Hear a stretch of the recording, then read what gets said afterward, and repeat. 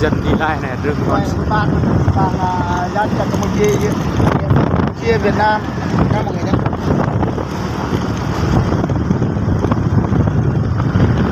rừng đây này, rừng cây đó.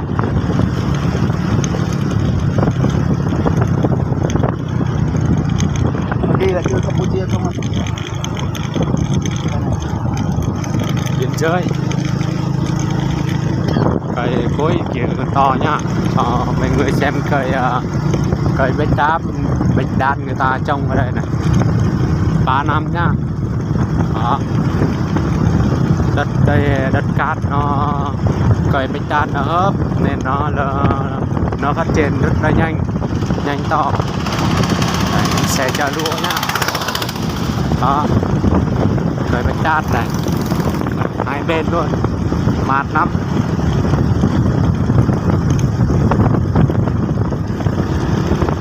Đấy. Hai bên đường là cây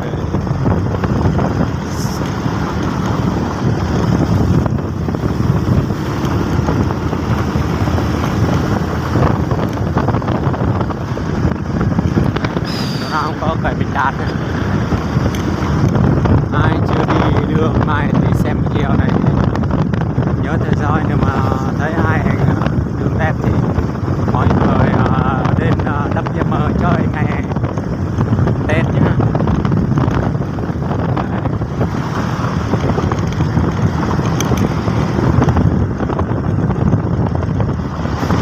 Trước có một người đàn ông đang đi bộ, không biết ông này bị sao ta, không có người thân hỏi kệ, mình không xuống hỏi đâu.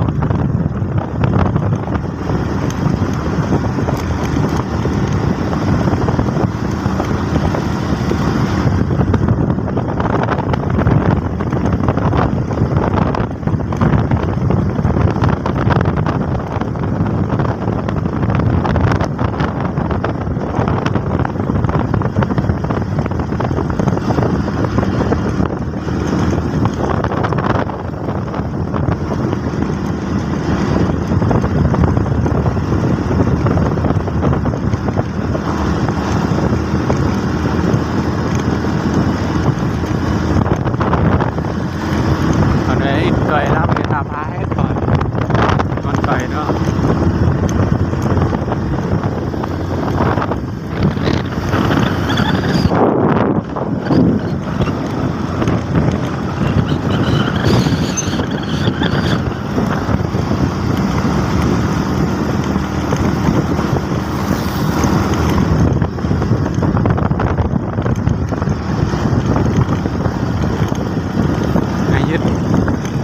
Người này cùng đi kinh ca này, 3 người thì nó đi 3 mãi luôn,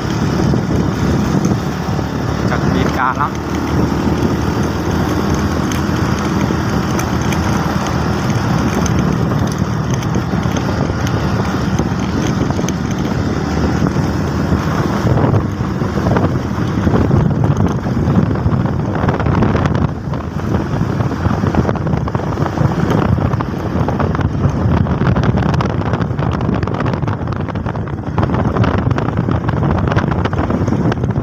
Thôi, phía trước kia đàn bò nha. Đấy, đàn bò này đẹp lắm, để to không có bò mà. Đây này. To quá, bò đẹp.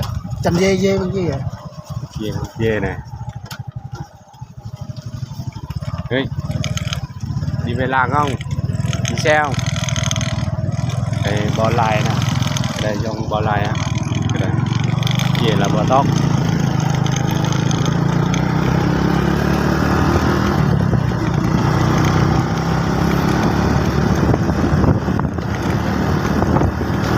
Đây suy nghĩ rồi.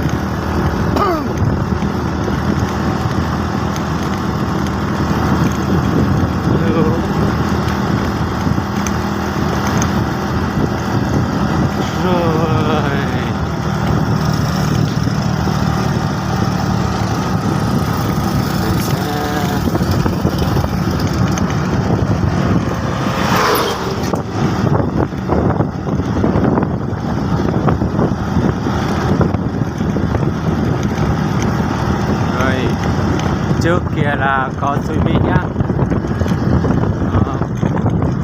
Co này cao là từ mặt đất là được 10 mét gì đấy.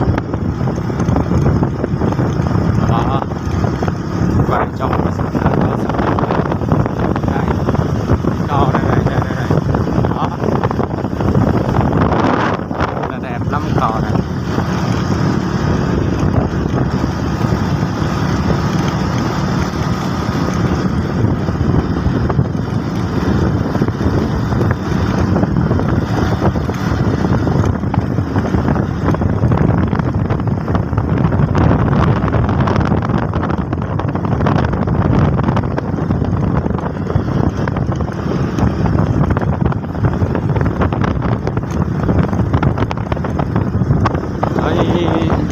Chiều này chắc có mưa đắp mây màu đẹp sắp mưa rồi đó. Với ngôi rất là đẹp, có ông tùng này, đây, có xanh này. Đó, xe người ta về BM.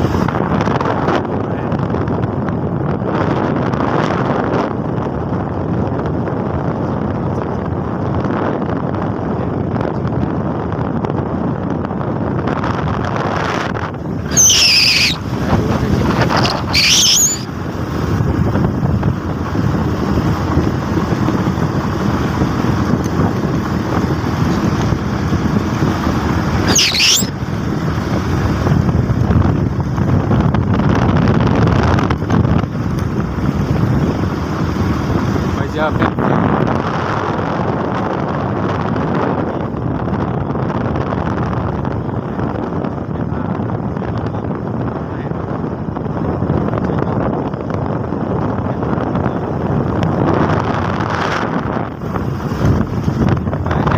đã tới nhà luôn.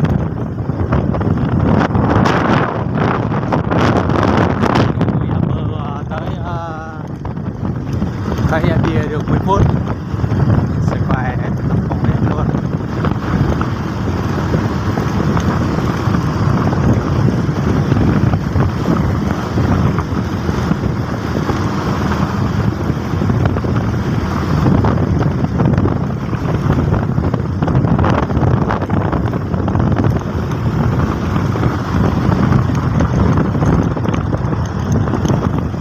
Cái đây nó bao nhiêu quay là phía trước có đường cua nha, đường cua hai bên luôn học. Đúng rồi, cua hai lướt đây. Và lúa chít nữa. Đây cây bánh đa.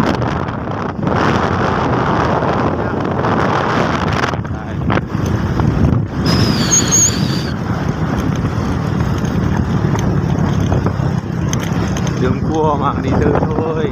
Đây. Sắp tới làm khôi rồi nhá.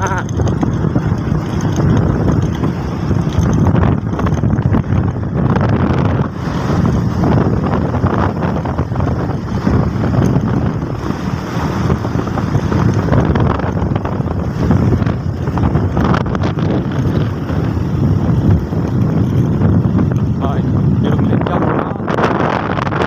Cho ai lên trong có cua nữa mà. Từ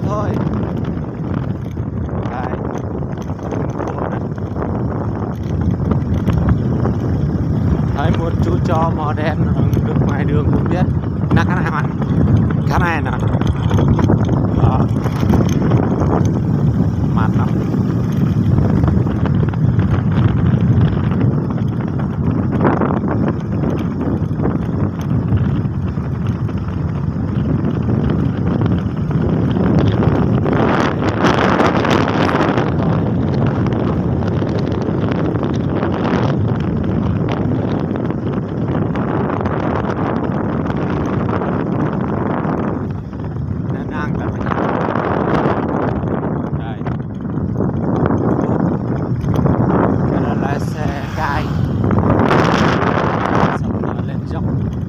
Dòng còn hai dòng nữa là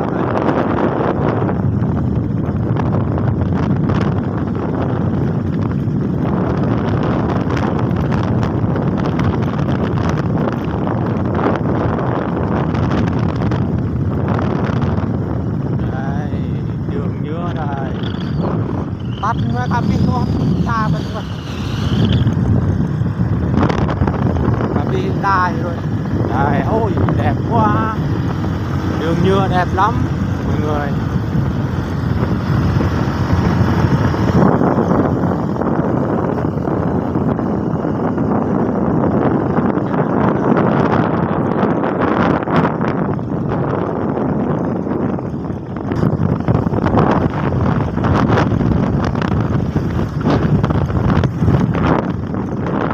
Đã tới Lăng Cô rồi.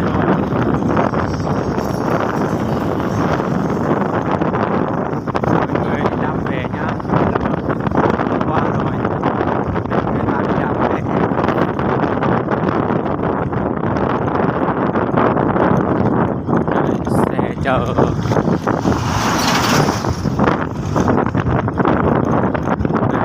nhà đầu tiên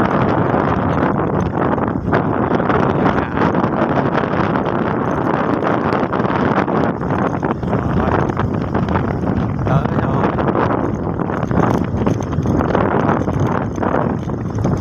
Thì có cây nhiều kia là nhà mạng của Lăng Cô, không cây cái đi đó là nhà mạng nhé.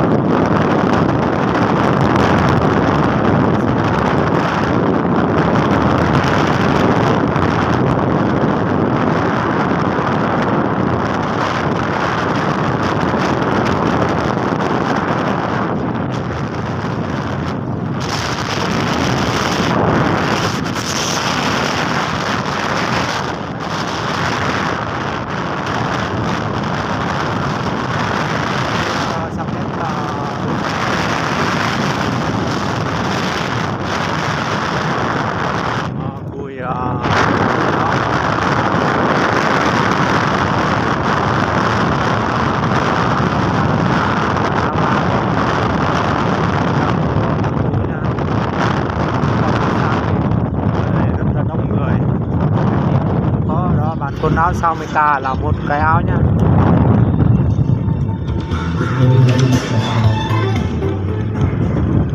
Đây, như vậy là đang nè, chủ trả ông này dưa đường luôn, ông này không biết vì sao.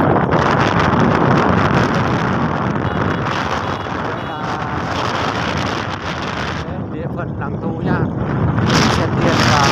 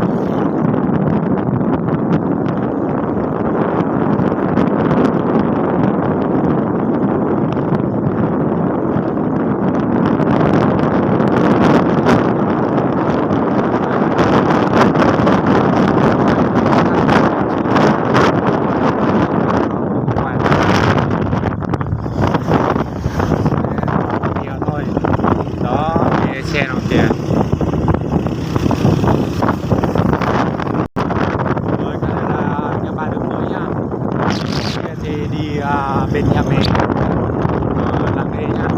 Đấy. Sắp tới nhà bà Plemi nữa, trong nhà bà Plemi đó nó mới làm cái sàn nhá. Cái sàn đó là cái sàn chắc chắn không phải là của nhà nước.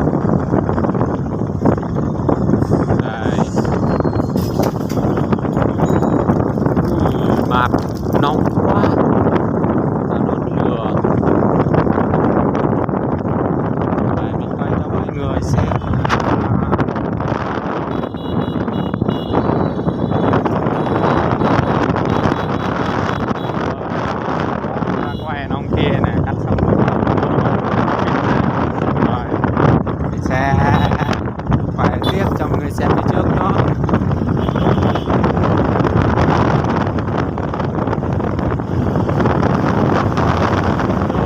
Xe con đây lên với mát mọi người. Chắc đời mình cũng có xe này rồi, nghèo lắm, không có tiền mua. Ôi cái gì kia, ôi người ta đang sắc bắp hả, trời ơi kìa, người ta đang sắc bắp nha. Con bò quả ăn co này đây, ba đây con bò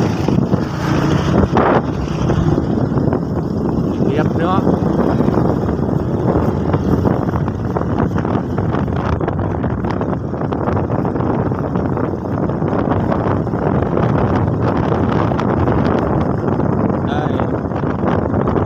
Ngay chỗ điểm cờ để điện lệnh đây là hết địa phận nhà ga nhá. Bây giờ chúng đi lên địa phận nhà bia nữa. Rồi đây, từ đây nhà bia nha mọi người. Đây, đến nhà bia rồi. Cái xe mọi người đang đổ bê tông nha, phía trước đó. Đây đường nó bụi lắm, người ta đang thi công.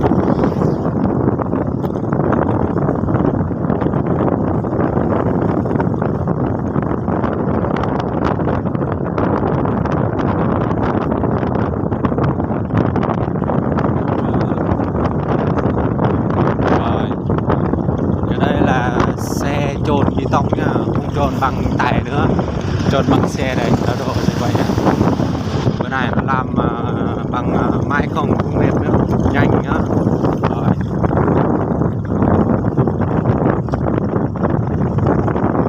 Chưa có một cây thì đó là xe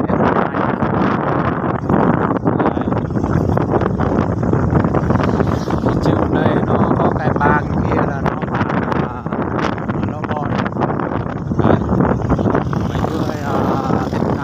thì qua mùa đây nhá.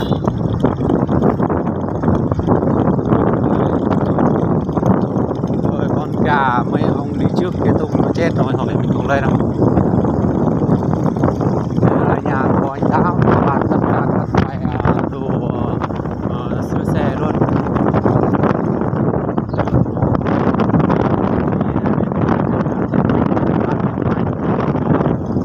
Gấp luôn mọi người.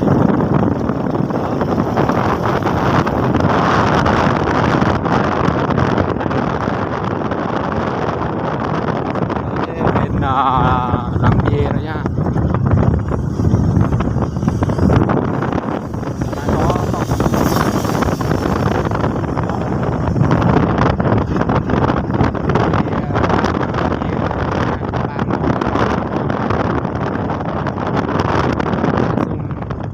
Xuống dốc rồi mọi người, sắp tới nhà rồi.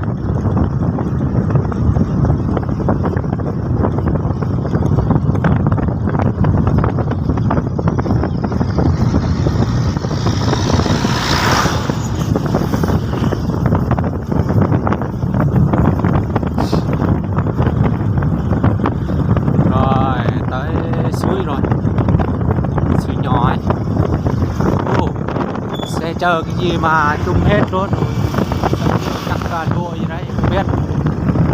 Rồi đi tiếp tục đi tiếp.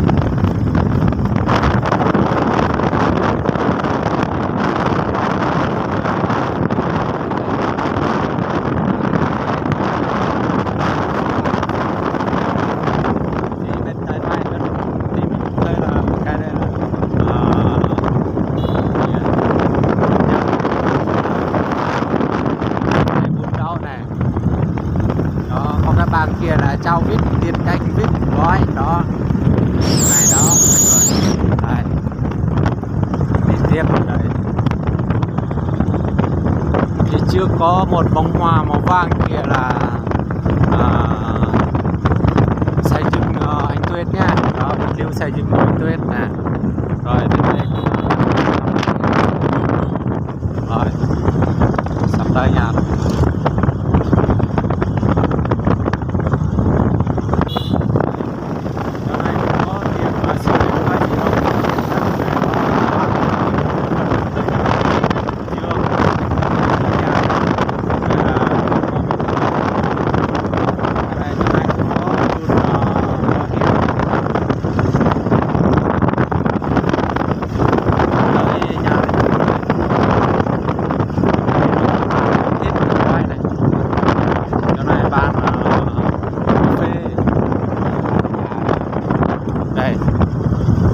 bán giống bò hết ngày mới mua thì đến hết với nó. Sắp tới rồi nên quay hơi mơ nhá mọi người.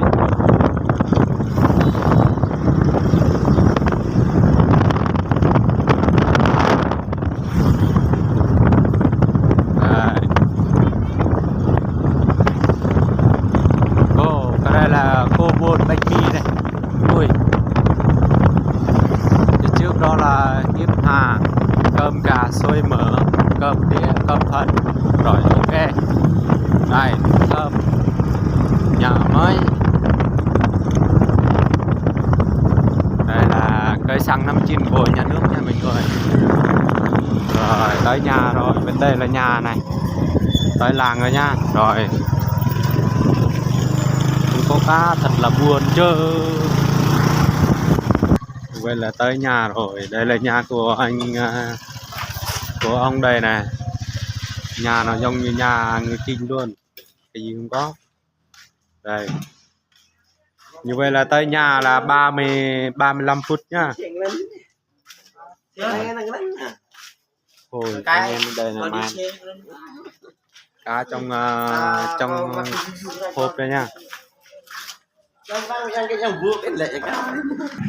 Đây cho mọi người xem cá nhá. Hay Cá nhiều không? ít. Trời ơi toàn cá nhỏ không sao với ta. Đủ toàn cá nhỏ không mà. Cái gì đấy? Ta hả? Đây thịt này nó chết rồi nhỉ. Đây cá lóc cũng chết luôn, bầu và đá mà. Đây phải đồ chia nhau đấy. Đồ ăn không?